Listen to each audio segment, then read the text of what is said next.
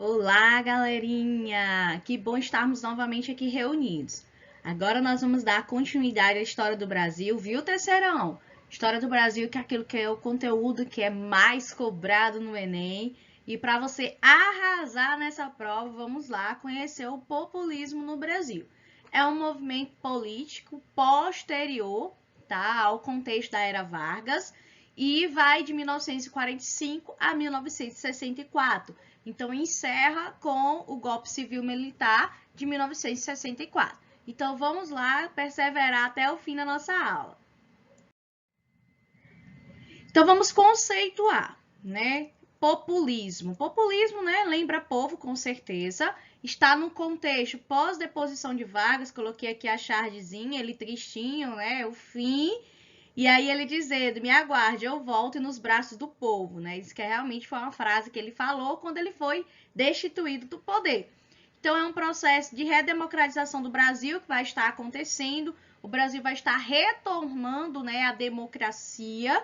Nós temos aí a ideia de populismo, né? Precisa de uma popularidade desse líder. Esse líder, ele deve ser um líder carismático para adquirir essa popularidade. A propaganda vai ser a alma do negócio, né? A alma de todo esse processo político. E para manter essa popularidade, esses presidentes, né, que vão estar assumindo esses cargos durante esses governos populistas, que é inspirado um pouco nas práticas políticas de Vargas, eles vão tem que estar fazendo algumas medidas, vamos dizer assim, favoráveis ao povo, para manter a ordem, né, e também para manter a sua popularidade. O líder, né, é um líder forte que exerce uma espécie de paternalismo. É como se o presidente, né, ele fosse aquele pai, aquele que está ali para ajudar todo o povo estar bem, né, que a economia tem que estar equilibrada, que todos possam estar sendo beneficiados. E aí a gente tem que entender que o populismo não é, vamos dizer assim, só amores ao povo.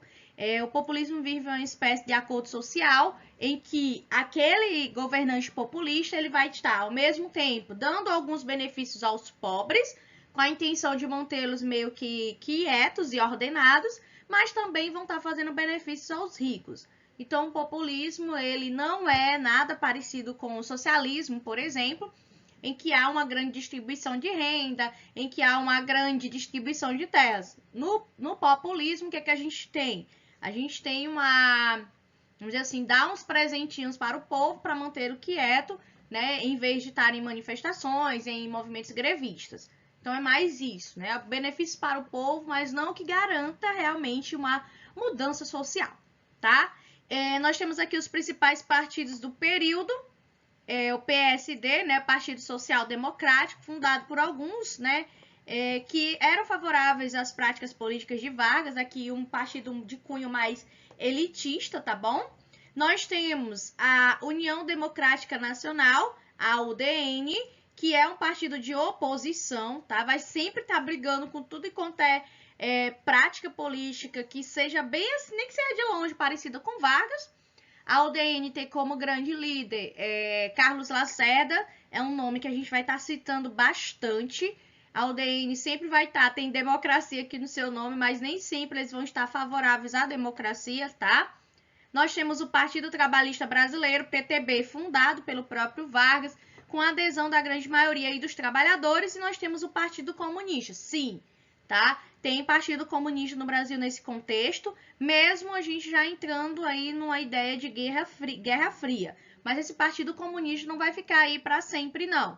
Tá? Toda aquela perseguição que Vargas já tinha feito, né, em relação ao comunismo, ela vai retornar à nossa política.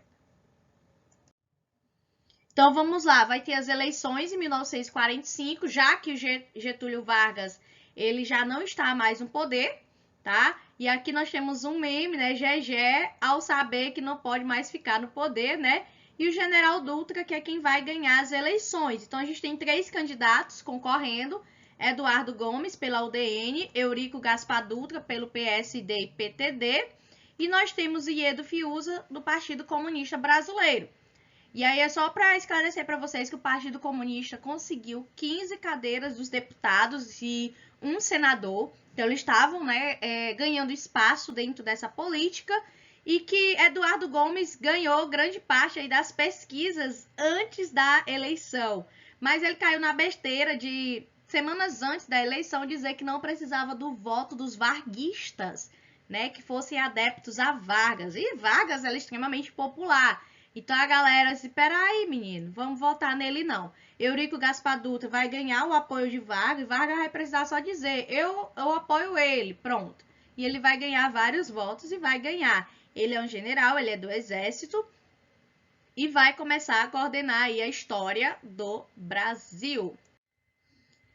Lembrando que estamos num contexto de Guerra Fria, tá, gente? Pós Segunda Guerra Mundial, a gente sabe que o mundo, né, na verdade, vai se tornar bipolar. E aí vai ter os países adeptos ao socialismo, países adeptos ao capitalismo.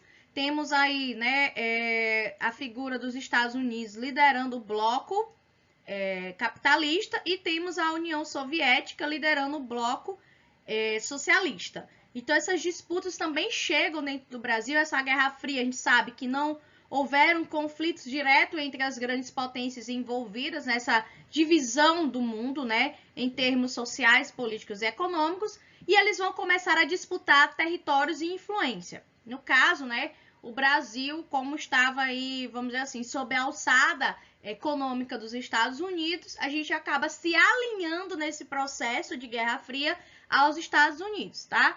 E isso vai passar por momentos na nossa história em que os Estados Unidos vai chegar a intervir na nossa política diretamente para que o Brasil seja totalmente avesso, né? Permaneça totalmente avesso ao comunismo, tá? Então a gente não pode tirar de vista esse contexto de Guerra Fria. Então vamos lá analisar a nossa nova Constituição. Por que foi necessário uma nova Constituição? Porque aqui a gente sai de um governo ditatorial que tinha uma Constituição outorgada de 1937 de Vargas. E aí a gente precisa retomar a nossa democracia. Então a gente tem que ter uma nova Constituição para legalizar essa democracia. Então a Constituição de 1946, tá? Ela vai ficar em voga até 1964, quando os militares vão assumir o poder. É uma Constituição que foi promulgada, ou seja, foi votada, foi eleita uma constituinte para produzir essa Constituição. Ela garante autonomia entre os poderes executivo, legislativo e judiciário. Isso é uma prática democrática. O presidente ele vai ter agora 5 anos de governo, sem direito à reeleição, tá? Isso era proibido, reeleição. A autonomia aos municípios e estados, a gente chama isso de federalismo. Então, o Brasil é uma república federalista, porque os estados, os municípios, eles têm uma certa autonomia para tomar algumas decisões específicas, algo que seja específico da realidade, né? O Piauí não é igual, por exemplo, ao Rio Grande do Sul, então tem coisas que a gente precisa decidir que não vão ser iguais, né? A região do Rio Grande do Sul. Então, tudo isso vai gerando algumas leis próprias, desde que não vão ferir a Constituição, né? Que está acima de tudo. Foi decretado voto universal, ou seja, homens e mulheres maiores de 18 anos, alfabetizados, né? Então, tá excluídos os analfabetos e as baixas patentes militares, né? Não podem nem se eleger e nem podem votar. Qual é o argumento que eles utilizam para isso, né? Para proibir essa participação política deles? A ideia de que eles recebem ordens e eles têm que cumprir. Então, por isso, eles não deveriam estar na política, porque se um marechal por aí, um general chegasse e desse uma ordem para um soldado, ele deveria obedecer. Pode ser um voto, né? Outra coisa. Mas enfim, porque essas baixas patentes não estão, é mais por esse motivo mesmo. Porque eles têm que seguir ordens e podem muito bem ser usado isso em relação à questão da corrupção. Por exemplo, nós temos um general como presidente.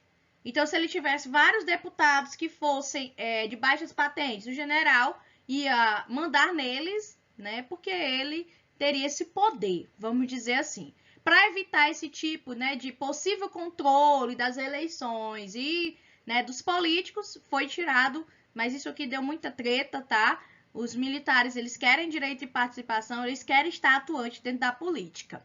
Fim da pena de morte, sabe que Getúlio, né, decretou a pena de morte para crimes políticos, então a partir de agora não tem mais pena de morte no Brasil. Essa é a nossa Constituição e alguns pontos essenciais. E aí nós vamos para o governo do Eurico Gaspar Dutra. Ele vai governar de 46 a 51, né? São uns 5 anos. O que ele vai estabelecer? O Brasil ele vai se alinhar na Guerra Fria aos Estados Unidos.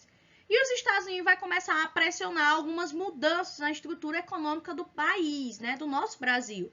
Por quê? O Brasil ainda exercia algumas relações comerciais com a União Soviética. Então, isso foi cortado. Começou, né, a observar-se que o Partido Comunista no Brasil estava muito atuante. E tinha aquela figura-chave que estava no Brasil, né, o Luiz Carlos Prestes, que discursava abertamente em prol de um Brasil que fosse totalmente livre, um Brasil que tivesse distribuição de renda, enfim, um discurso que não batia com o capitalismo. Resultado, o Partido Comunista ele vai ser colocado na ilegalidade, ou seja, não é mais permitido ninguém levantar a mãozinha e dizer eu sou do Partido Comunista. Os deputados, né, que foram eleitos pelo Partido Comunista, eles vão ser cassados, que é isso, eles vão perder o seu mandato. Então a gente já percebe que o Brasil realmente está se estreitando os seus laços com o capitalismo, no caso com os Estados Unidos, tá? E aí a gente tem uma economia que vai ser totalmente liberal. O Eurico Gaspar Dutra, perdão, o Eurico Gaspar Dutra vai abrir nossa economia para o capital estrangeiro, principalmente de investimento dos Estados Unidos, e a gente sabe que a abertura para multinacionais gera renda, gera o produto interno bruto no país, mas a gente sabe também que esse dinheiro ele sai. Então, o que é que vai acontecer? Vai chover de importações no nosso país, e essas importações, às vezes, os produtos chegavam mais barato do que os que eram produzidos no Brasil. E aí as pessoas começam a consumir mais produtos que vêm do exterior do que os produtos brasileiros. O que que isso vai gerar? Um déficit econômico. A nossa economia foi deixada por Vargas, beleza, tava ótima. A gente tava tudo ok, tinha dinheiro sobrando em caixa, tá? O governo. Mas a partir dessa postura econômica liberalizante, né, de Eurico Gaspar Dutra, tá aqui todo seríssimo, a partir dessa postura econômica, o Brasil vai entrar numa recessão econômica, ou seja, uma crise econômica, resultando numa tentativa desesperada até do Eurico Gaspar Dutra de solucionar isso, porque houve um grande arroxo salarial, a população não tinha aumento salarial, a população perdeu o poder de compra, foi preciso aí a criação do Plano SALT, em que o governo vai intervir em algumas áreas para ver se reergue essa economia. Tá? O Plano SALT vai investir na saúde, alimentação, transporte e energia. Naquele período foi considerado, vamos dizer assim, 4 pilares, né? 4 pilares de sustentação da economia. Quando o governo interfere nisso, por exemplo, em transporte, construção de rodovias, gera emprego, né? Gerando renda, gera salário, gerando mais salário, gera uma circulação na economia. Então, esse plano ele não teve grandes obras. Por exemplo, construiu a usina de Paulo Afonso, né, no Rio São Francisco, construiu a rodovia Dutra. Então, foi construindo pequenas, né, obras com a intenção de movimentar a economia. No âmbito da saúde, foi construído alguns hospitais e a alimentação foi o que menos se desenvolveu, resultando num retorno de crescimento econômico do país, né? Vamos dizer assim, estava se sufocando economicamente, aí voltou meio que a respirar. Mas, claro, não vai resolver todos os problemas da vida econômica brasileira. Eurico Gaspar Dutra, então, sai do poder. E aí a gente vai ter as próximas eleições. Será quem vai voltar? Sim, é o amado, queridíssimo Vargas. Ele vai voltar de forma democrática, concorrendo às eleições. E aí a gente vai ver nas próximas aulas como foi que ele governou. Tá? Então não perca as próximas aulas, não deixe, né, de acompanhar essas aulas, é importante para vocês. E, né, fiquem em casa, gente, se cuidem, né, cuidem dos seus, cuidem de sua família e tudo de bom. Até mais, gente, até as próximas aulas.